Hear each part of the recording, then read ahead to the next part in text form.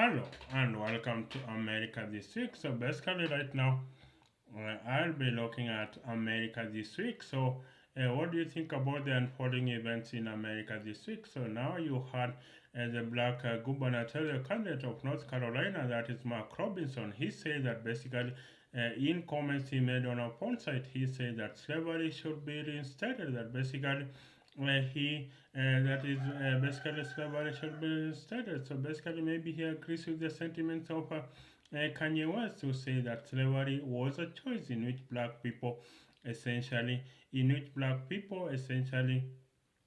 were willing participants. And I think, of course, you have, and now I think the Republican Party has a lot of problems with black candidates. So how should the Republican Party treat black candidates? So that's it about.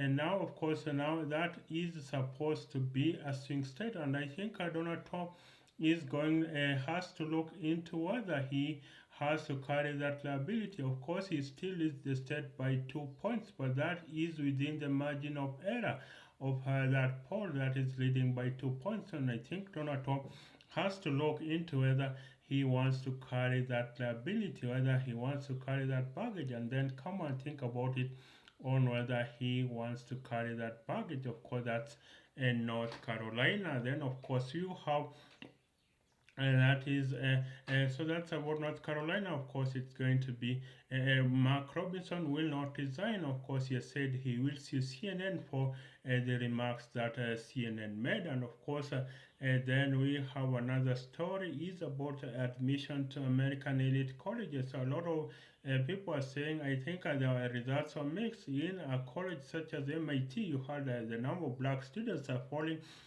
from 15 to 5%. So that's a sharp drop. So what should be the remedy? Of course, some say that basically diversity does not equal meritocracy. That is, when you have diversity, then meritocracy is affected. There's a lot of times a black gets in with lower marks, with lower grades. Maybe in companies, blacks get in with lower maybe lower credentials. I think you have diversity. I think diversity, equity, and inclusion being the fastest growing job in America right now. That is, you have diversity, equity, and inclusion being the fastest growing jobs in America right now. So, of course, it's not the fastest rising job in America right now. And of course, then that means then of course you have the Harvard Chief Diversity Officer. I think Cheryl Charleston saying she wants to work herself out of a job. So what does that mean when Cheryl Charleston says she wants to work herself out of a job? That is, she wants minority voices at Harvard to be so mainstream that is basically that it will cease to be a cause of concern, that is a black. But then the question to ask is, when a black gets a position, does it mean that a white, usually male, has been passed over? That is, when a black gets a position, does it mean that usually a black male has been passed over? So that's something that I think we should be asking. When a black gets a position, does it mean that necessarily that a white, usually male, has been passed over? So then that's it about American colleges. So, what do you think should happen? Should blacks, and maybe some people are saying what Harvard and other colleges should be doing is having basically a socio-economic diversity, not a racial diversity, because they say even these black students, they are coming from wealthy backgrounds. That's the argument, that these black students are coming from wealthy backgrounds. So very much socioeconomically, these elite colleges are very similar. And of course, you have that question whether it should be generational African Americans, those who are descended from slavery, or whether it should be African Americans that are immigrants from Africa, that is, children of immigrants from Africa. So that's the question that will need to be asked. So of course, that's about college admissions. And then of course you have and that is, and now the polls are tightening, and Donald Trump and Kamala Harris are neck and neck. But of course, I think Donald Trump has an edge in the electoral college. I think in a lot of swing states he's doing better.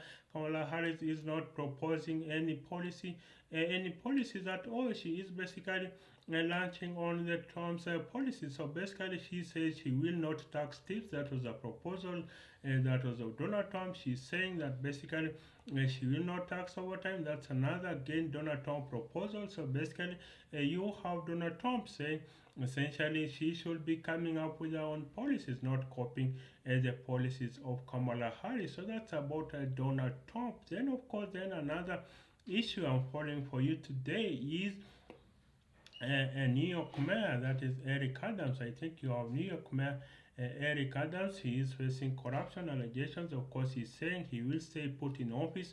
That is, those who are coming after him, he will defend himself in court. His lawyers will do the work as he continues to serve the people of New York. That is New York Mayor Eric Adams. Of course, Trump has come to his defense. Trump says Eric Adams is being facing a DOJ that is weaponized. Department of Justice basically is going after Eric Adams, the New York mayor, basically because Eric Adams criticized the immigration policies of the Biden administration. So Donald Trump says if you are opposed to the Biden administration, the DOJ comes after him, and of course Donald Trump becomes the first former president to be convicted of multiple charges. Of course, he has first for indictments across multiple charges. Of course, Donald Trump is going to allege that New York Mayor Eric Adams is being followed up because of what he says. And then, of course, then another issue I'm following on is about that is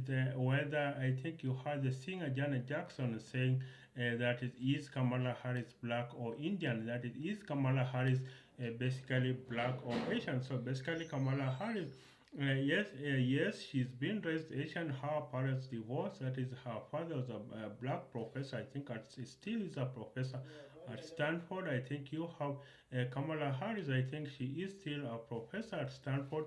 But then I think what will be happening is that Kamala Harris will basically she will hinge on to her black identity because Asian Americans generally are politically aloof. Asian Americans are politically aloof. They don't vote in elections. They are not very much politically involved. So basically now it is advantageous to her to try to lean into her Asian American identity. So that's I think why then Kamala Harris will be politically aloof. She'll be leaning into her Asian American, African American identity. But of course, she is biracial. She retains both identities of being black and being Asian. So I don't know which one works, but I think she was interviewed by Oprah. Of course, Oprah endorsed Barack Obama. Oprah has endorsed a lot of candidates, and then of course every black candidate. I think if you are a celebrity, then basically you are expected to fall in line. So basically, I think that's it going to be. So is Kamala Harris black or is she Asian? So basically, that's what I think. A lot of biracials. Why don't we just examine Kamala Harris based on her policies? What happened to embracing people based on their identities, based on their character, based on? I think that's what Martin Luther King said, that America will be you will be judged on your character. So why is she parading her blackness all of a sudden? That's because they want the black to be in every tilt of the head, in every tilt of the head. They want the black to be Democrat. So that's it for now. That's a wrap for today. American politics. We are continuing to watch on the unfolding election in America. Of course, you have the events unfolding in the Middle East. You have Israel, of course, with the pages exploding, and of course, this election is going to be a nail biter between Kamala Harris and Donald Trump. We don't know who is going to win, but then, of course, it's going to be come down to a handful of swing states by a couple thousand votes. So I think that's it for now. That's a wrap for today. Bye for now.